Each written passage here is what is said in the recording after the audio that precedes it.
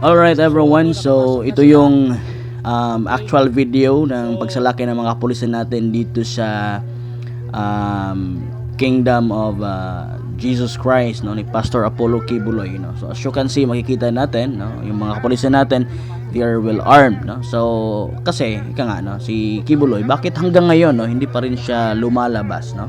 Kung titingnan natin yung angulo ba, no, kung hindi siya totoong may sala or benefit of the doubt, wala sila talaga siya kasalanan, bakit siya nagtago, no? Tapos ito namang mga alipuris niya, sasabihin din, kaya nagtago si pastor dahil ito'y kanyang seguridad, no, or banta sa kanyang seguridad. Kung titingnan nga natin yung nangyari dati, no, kay base sa Biblia, no, sa nangyari ni Jesus Christ, 'di ba?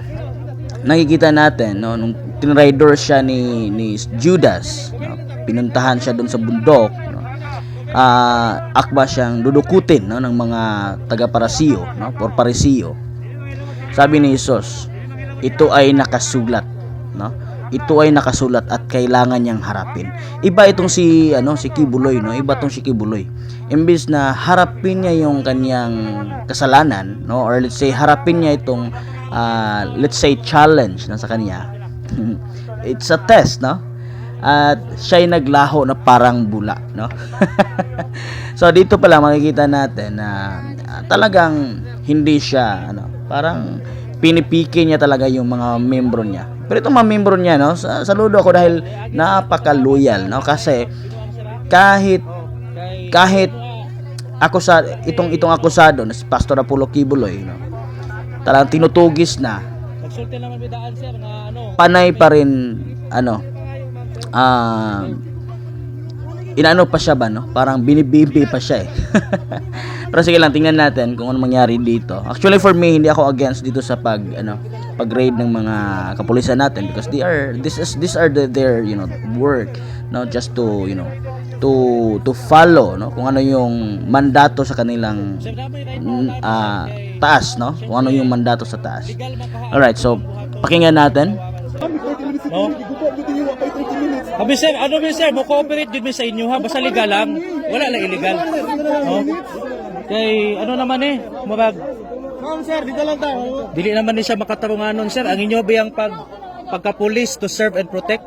Dili man. Wait. Yeah, that's correct, no? That's correct. That police should serve and protect. But this one, actually nga kung tutusin nyo, no? Itong mga alipuris ni Pastor Apollo, pwede silang kasuhan kung tutuusin. Kasi they are obstruction, no? Ino-obstruct nila yung yung suspitsado, no? So ito, kung titingnan natin, parang napaka tawag dito, tinatago nila si pastor no? Kung tutuusin, pwede nilang palabasin si pastor kasi si pastor lang kailangan ng mga pulis diyan.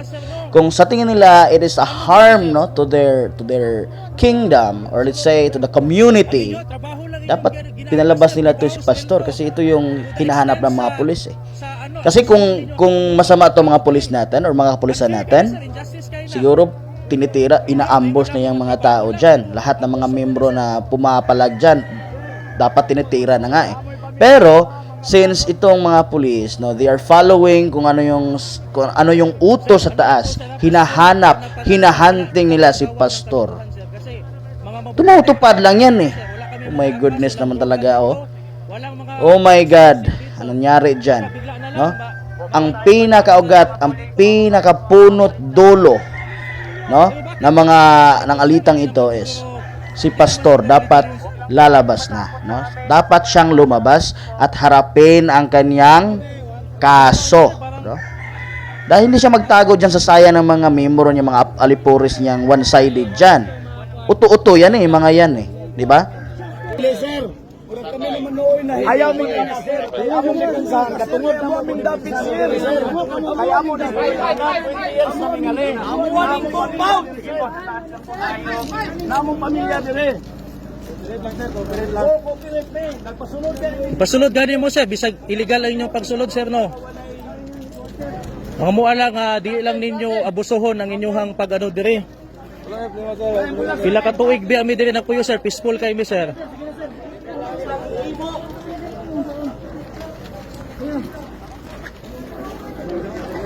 At tugit sila diri sa likod.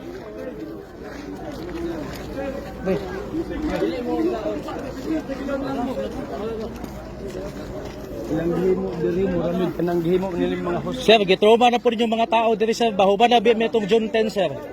Grabe na po ang trauma na inyong gihimo diri sir. Naman may ano sir nga pasudlon mo pero dili mo moagi sa illegal alima ka gipangbungkag ninyo ng among mga koral diha. Kamo daw balay nyo bungkagon nga walay ano naunsa naman mo. Sobra naman ninyo, illegal naman ninyong ano para lang sa trabaho, para sa sweldo. Para lang sa sweldo mohimo mo og ka ng illegal nga binuhatan. Asa naman ang digdite sa PNP? Wala na. Higuba ninyo, kabalo ko nasunod lang mo sa inyong general. Pero naaman mo'y katungod nga musupak basta ang gisugo sa inyo dili na matarong. Tama pa ba rin ang illegal ka muagi ka sa koral sa likod, gubaon ninyo ang among compound. Pwede mo mag-serve og warrant dito mo sa gate, naman tay formal nga pirtahan. Anong iagi man ninyo sa illegal nga mag-cause na pud mog trauma mga babae ba ng uban, mga tiguang, mga bata. Labi amoy pamilya, hunahunaan nyo na amoy mga anak makakita og ingon ani, iharas ninyo. Ha? Makatulong mo ana, talawa ninyo trauma oh. Naamoy mga igsoon, naamoy mga ginikanan. Kabalo ko sir, naamoy mga kasing-kasing, naamoy mga pamilya. May kaluluwa kayo. Grabe ba? Pwede man mo resist sa sugo nga dili na tarong? Tama pa ba ni? Mag-serve lang mo og warrant o pares para lang sa usa ka pastor? Pila ka libo ka batalyon yung dadon dire? Muagi pag yun mo sa koral sa likod? Grabe naman na sir. Para lang sa trabaho, para lang sa sweldo. Moingon mo trabaho lang man kami di ay. Wala ba ni katungod? Amo fight sa among right na mo. Kabalo biya mo kayong pastor sir, matarong na tao sir. Sa ibang Sobra na sir ba? Grabe na good sir. ang ginawa yan, sir. Ang inyo makatuman lang mo sa sugo sa inyong leader pero ang Ginoo nagtanaw sa inyo sir. Timanin ninyo pag ang Ginoo mustisya sir. Mga pulis, sir, ang dadaan ng Na bakod, sir. ambot lang sir, hinaot lang nga dili mo tungluhon sa Ginoo sa inyong gihimo. Grabe ang opresyon ni ginahimo ninyo ba? Wala naman mo sa legal sir. Sir, huwag kayong ganyan, sir. Kapila naman mi nag-announce nga open mo musulod bisag pila pa mo Sino kalibo. mag-search dito sa Basta legal lang, agi mo sa pirtahan. Kami, ang amo lang buhaton, mosunod bi sa inyo nga wala mo'y buhaton nga illegal diri, tamnan basig tamnan mi ninyo, wala may magsulti nga buhaton ninyo na pero for the sake lang sa mua. Ay lang po ninyo, ano sir, kay naagid mi rights nga mosulti pod kay grabe na ang trauma na gihimo ninyo sir. Abi ninyo kaning trauma nga inyong gihimo, matambalan ni isa ka semana sir, dili sir. Dili biya mi mga criminal sir, law-abiding people mi sir, religious persons mi. Kapila nyo serve diri wala si pastor diri. Kabi gani wala mi kabulo asa si pastor. Pila na mi kabulan diri si pastor wala na dugay panahon. Giagi lang gyud sa illegal nga paagi ba. Nya murason lang mo trabaho lang man. Trabaho lagi nakasweldo mo pero sa paagi pod nga gidaog-daog yung katungod sa mga kaigsuonan ninyong mga Pilipino. Kabalo na mo paluyuan ni Amerika. Kay gusto nila kuhaon si pastor, gurguron si pastor. Ayaw mo ginana sir kay sayang kayo yung giskwelahan, gitraining ninyo. Pero, napakaganda. Plataforma. Diyan kami sasaludo. Illegal yung ginawa nyo ba? Illegal yung pagpasok ninyo ba? Akala namin nanumpa kayo, sir. Ang daming nasugatan doon no, sa mga barbwire doon na pinilit nyong hilain yung mga kasama namin. Sinumpaan nyo, sir. Habang buhay pa kayo, Nanumpa kayo na alagaan nyo. Grabe yun ba? Abuso mo yan sa inyo sir. Inosente. Tingnan nyo, ang karma ng Panginoon darating sa inyo sir. Madadama. Sigurado yan. No? Diyan pa kayo makarealize sa ginawa ninyo. Dahil sunod-sunuran kayo sa mga leader ninyo ng mga walang mga puso. Hindi dinadaan sa legal na paraan. Para kayong naka-treat sa amin ng mga kriminal dito. Mga missionary worker po kami. Hindi kami mga drug addict dito.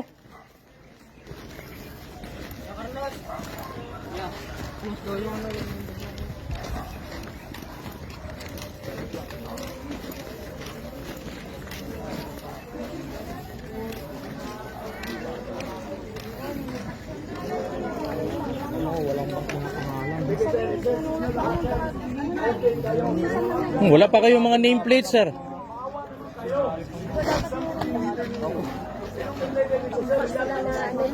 Sana maayos lang sana, sir. Pwede naman kayo pumasok dito ng maayos. Di naman kami mag-resist kung maayos yung pagpasok nyo. Pero grabe ba? Ano nyo pa yung matroma pa yung mga kapatiran dito ba?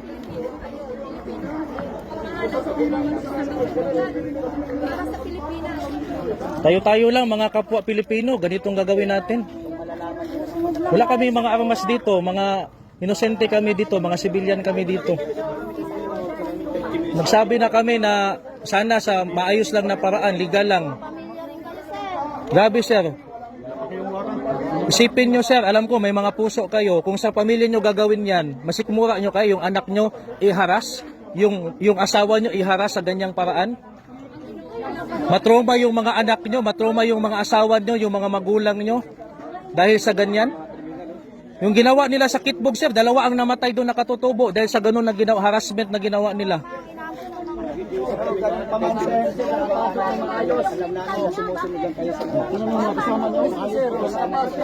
Pinapasok man ng maayos yung mga kasama nyo, bakit dyan kayo dumaan sa likod? Yan lang naman yung sa amin na huwag kayong dumaan sa likod. Kasi illegal na yung ginagawa ninyo. May order 30 minutes. Oh.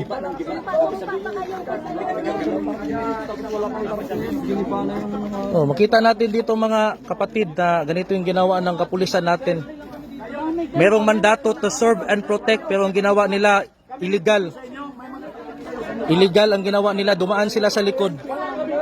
Wala namang sinabi na hindi sila papapasukin. Pero ang ginawa nila sobra na talaga.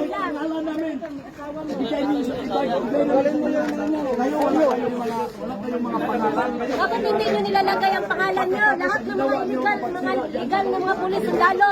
May mga nimtag yan nakalagay. Nakabalandra ang mga pangalan. Pero kayo, wala. Sir, sa una mo sir, dili Bakit kailangan nyo masisi itago nga ang dili mga kayo pangalan nyo, makarelax sir? kamo ang unang giguba sa inyo ang balaod sir. 30 Sir, illegal minutes na inyong ang pagpasok, sir? Giguba ninyo ang bakod. Ayaw mo expect nga dili memory act kay nabi may katungod sir no? Dili yan. Nabi may human rights sir. Ang klaro nila naghatag sila 30 minutes. Mo lagi. Giguba nila ang bakod dayon. Ginagawa nyo sa amin. Nag-announce naman bidaan sir nga pasudlon mo dire pero legal lang nga paagi. Kay mo cooperate man mi sa balaod, wala dili man mi mga criminal dire mga sir. Pero grabe ba, ang trauma na po na inyong gihimo karon dili basta-basta ba laliman ka ngit-ngit pa. Mag-ampo pa unta mi, di na mi kaampo kay naan na mo nanulod na mo. Grabe ba no, injustice kayo no, tungod lang sa sweldo, tungod lang sa trabaho, muhimo mo og injustice sa inyong isig ka tao, tungod kay trabaho lang ninyo mutuman sa inyong leader.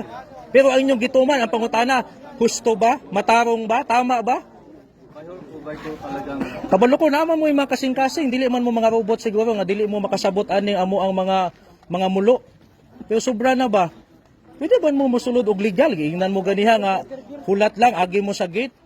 Bisan pag tibok adlaw mo diri mag-search wala gyud problema sa amuha kay wa may gitaguan diri. Si pastor dugay nang wala diri kami mismo wa mi kabalo asa si pastor. Kung kinsa inyong gipangita. Pero unta kanang legal lang unta, dili lang unta nga iharas nga paagi kay kami diri kung pamusilon mi wa gani mahimo sir, wala gani mga armas. No? Pero unta masabtan ninyo na kabalo may nga kamo nituman lang mo sa sugo sa inyong leader pero naa man na sa balaod. Basta ang gisugo sa inyo ha dili na maayo, naamoy katungod nga musupak ana, dili mo makasala ana. So sa gihimo ninyo sir, nawala ang respeto namo sa inyong mga pulis. Gikuha ninyo ang dignity sa PNP. Sa una malipay min ay pulis nga naa sa among palibot kay feel na mo safe me pero sa gihimo ninyo karon gidaot ninyo ang dignity sa PNP. Dabaw ni, peaceful ni. Peaceful kay ning Davao. Si pastor sir, kailan mo kang pastor? Isa si pastor nitabang sa pulis, sa sundalo, sulbaron ang mga komunista, mga NPA. Resources sa kingdom gigamit para matabangan ang nasod para sa nation building. Pero ngano inani man yung gihimo kang pastor? Si pastor, akusado pa lang, dili pa kriminal, dili pa convicted. Oh. Ang ginapangayo lang ni pastor, assurance nga dili makialam ang Amerika sa kaso, kaya ang Amerika nay interest kang pastor nga pati yun siya. Mo nang si pastor dili gyud magpakita kay tungod ana, pero kung mupasalig lang ang gobyerno nga protektahan nila ang interes ni pastor, si pastor anda mo atubang anang mga kaso na gipile sa iya nga mga false accusation lang tanan. Kailan mi tanan atong mga nag-akusa sa iya ha? Pero grabe ang inyong gihimo sir ba? Kay Amerika magapil-apil. Mahimo ning history sa Pilipinas nga ang PNP karong tuiga wala na mo'y dignidad sa inyong gihimo. Oppressive na mo. Isa lang ang nag-aakusa eh. Isang tao lang ay tayo, ang dami natin witness. O, isa lang ang nag-aakusa. Kani makita ni sa tibok kalibutan, makita ni sa tibok Pilipino nga mga pulis nato karon dili na mo ilag balaod. Basta moingon lang nagtuman lang big order ang order tama ba? Ang order makatarunganon ba? Ang order husto ba? Oh. Dili naman lang maayo sir. Kami naagi mga service pun mi, mga gitraining pun mi, pero dili na mao amo natun-an sa among training.